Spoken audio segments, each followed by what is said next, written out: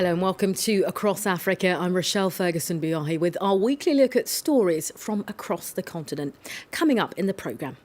Several Congolese soldiers are arrested for war crimes amid allegations they killed unarmed rebels in the volatile central Kasai province. This as a number of videos circulate on social media. The United Nations warns of an unprecedented global food crisis. In Somalia alone, 6 million people are at risk of starvation. And in Ivory Coast, thousands of tons of cocoa still haven't been purchased. It's all due to a global price falling, meaning that buyers could face huge losses if they honour their contracts. We head to the Democratic Republic of Congo, where a number of soldiers have been accused of war crimes over recent violence in the central Kasai province. For months, the army has been battling the Kamwina Nsapu militia there, but videos on social media purport to show the army killing even unarmed members of the group. Nicolas Germain has the story for us. Basic roadblocks and signs of recent fighting. This is the town of Ganza, a stronghold of the Kamwina Nsapu militia. Its members wear red headbands. They are very young and usually their only weapon is a knife. Their chief was killed by the army in August, and since then hundreds have died in clashes. Our movement exists because the Congolese men and women are suffering. We've been lied to since 1960, since independence, but we're not really independent. Recent videos on social media reportedly showed Congolese soldiers killing unarmed Kamwina Nsapu militiamen. The government initially said they were fake videos, but on Saturday 7 soldiers were arrested for war crimes. Civilians in Ganza also criticized the army. The soldiers arrest innocent youth. They break down our doors. They enter our houses. They loot them. We are really shocked by their behavior. A government spokeswoman told us she would only make comments on more precise allegations. This month, journalists filmed mass graves in Chimbulu in the Kasai region. The UN believes Congolese forces killed 84 Kamwina Nsapu members in this area last month. In other news on the continent, successive seasons of poor rains and failed harvests in Somalia mean that 6 million people, that's about half of the country's population, are now at risk of starvation. Well, the UN is warning of an unprecedented global food crisis, with famine already gripping parts of South Sudan and looming over Nigeria and Yemen. Habibo Abzo walked for 2 days with nothing to eat or drink to reach this camp in the Somali city of Baidoa. She fled when her crops failed and nearby food stores ran out of supplies. Around 2,500 people like Habibo are arriving at this camp every day. The drought has had a terrible impact. There's no water, people are dying, they're thirsty and hungry, and many of them are fleeing. The United Nations is warning of an unprecedented global crisis in Somalia, alongside South Sudan, Nigeria and Yemen. For Somalis, famine is a recent memory. 250,000 people died in the last famine in 2011. But this time, some say it feels worse. This drought is more serious than in 2011. This time there's no more water. I've seen with my own eyes more than 30 people dead due to hunger or other illnesses. For several months, UNICEF has warned about the rising number of malnourished children admitted to its clinics across Somalia. In February, 75 children were treated for malnutrition at this clinic in Baidoa, double the number in January. My daughter is ill. She vomits, she had cholera and started to get better, but she refused to breastfeed for more than 19 days.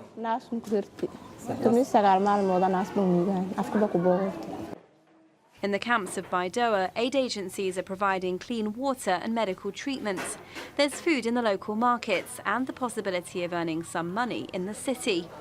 But with little prospect of rain in the months to come, hope is an increasingly scarce commodity. Ivory Coast is the world's leading producer of cocoa, but the industry is in crisis. Thousands of tonnes are backed up at ports and villages across the country without any buyers. It's all because of the falling global price. The local price has stayed the same, meaning that the buyers face massive losses if they honour their contracts. Our correspondent sent us this report. Cocoa know-how is passed down from generation to generation. Here, everyone's a cocoa farmer. It's the treasure of the country and the main source of income for farmers and their families. But this year, farmers are having a hard time selling it. The lack of interested buyers is our main difficulty. Sometimes they offer us ridiculous prices, 800 francs or 500 francs, and we sieve our cocoa. Farmers are forced to sell because they have no other way of sending their children to school. It's tough. For these farmers, the crisis began more than 3 months ago. On the world market, the price of cocoa has been plummeting. It fell by a quarter in just a few weeks. Today, it's not much more than the farm gate price, the price set by the state for the Ivorian farmers. Buyers facing massive losses have backed out of their contracts, leaving thousands of tonnes of unwanted cocoa. Trucks laden with beans surround the port in Abidjan. People are starting to lose their patience. Everyone is refusing to take the cocoa and no one is telling us anything. We've been parked here for nearly 2 weeks. But if this carries on, the cocoa will take a hit and it will become mouldy, so we're very worried. We want to know when they will unload us, because there are trucks that have been parked up here for nearly 2 months.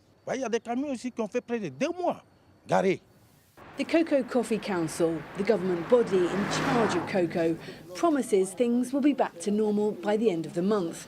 But it hasn't explained how. Cocoa accounts for half of the country's export earnings and 2/3 of its exports. There are worries about how this will damage the economy. Meanwhile, farmers fear for their future. Without any money, they can't feed their families or prepare for the next cocoa season. Healthy and Clean Conakry and Trash Selfie are just two of the many initiatives recently launched by residents in Guinea's capital city. Well, frustration around Conakry's massive waste management problem is growing, leading some young Guineans to take matters into their own hands. The pollution in Guinea's capital, Conakry, a city of nearly 4 million residents, is becoming increasingly unbearable. So these young people are taking the matter into their own hands. On this particular Saturday, they're collecting rubbish downtown at Tombo Beach. The seafront here has been turned into an open-air dump due to a lack of bins. We have to plow the earth to get rid of it. It's a new form of archaeology. Mohammed launched the grassroots initiative. We've cleaned up a dozen places. Sometimes it takes us a week, other times longer, 2, 3, or 4 weeks. So we're mobilizing people through Facebook to volunteer. Nobody is paid. We're trying to create a mass movement to join the fight for sanitation. Thanks to her selfies, Fatoumata has become an internet sensation. She posts portraits of herself taken in front of piles of rubbish. She's also organised cleanups with her friends. All young people should be aware of this. Our role is above all to spread the message to alert young people, be careful, our environment is polluted. These volunteers have heeded the call to action, including a local celebrity. I thought I could go and check it out. It's our civic duty in a way, and the fact that young people have taken action and are involved in this, for me, it's an example to follow. The authorities have put a few trucks and a digger at the group's disposal so that they can take the waste to the Conakry dump. The capital currently has just one waste collection point with limited space. The crusher dump in the Ratoma commune is filled to bursting. The newly created National Sanitation Agency is well aware of the pressures at the site. Even if today we had the capacity to take the 1,000 tonnes of garbage produced in Conakry per day, we have nowhere to put it. The government has already begun studies on the process of closing this landfill or converting it to a garbage transit site. 2 new sites are being considered to increase landfill space in Dubreka, about 50 kilometres from Conakry. A restored hydroelectric power plant in Liberia is putting homes and businesses in the West African nation literally back on the grid. Well, the country has been suffering from a lack of electricity since 1990, when the Mount Coffee hydroelectric power plant was destroyed during the Civil War. Using her blender, This Liberian baker mixes her cake batter with the help of electric power. Eva runs a bakery in the township of Monrovia. Since the reactivation of Liberia's hydroelectric power station, she's noticed a 70% cut in the cost of production. Previously, when we used the machine, it's that almost every day we use about $15 to $20 fuel to run a generator. In a week's time, we'll purchase about $50 pouring for the whole week. I think that's much cheaper in helping my business. The Liberia Electricity Corporation, LEC, opened its first turbine of the newly renovated Mount Coffee Hydroelectric Dam last December. The dam had been out of action since the country's civil war began over 25 years ago. Now the LEC is slowly reconnecting Monrovia and its surrounding area. It's been a challenge because the network was not prepared for the kind of reliability that Mount Coffee would afford us. But we have since overcome that challenge. The first turbine doubled the nation's electricity supply, but less than 2% of Liberians are on the national grid. Power theft remains a problem, and the LEC says it is trying to make its power supply more affordable. The country's infrastructure is still damaged and power cuts remain frequent. But despite the challenges, Liberians hope that the electric supply will help flick the switch on poverty and lead to a brighter future. Well, that's all from your Across Africa team for this week. Don't forget, though, you can tune in to Eye on Africa. That's every weeknight at 9:45 Paris time. Thank you for watching.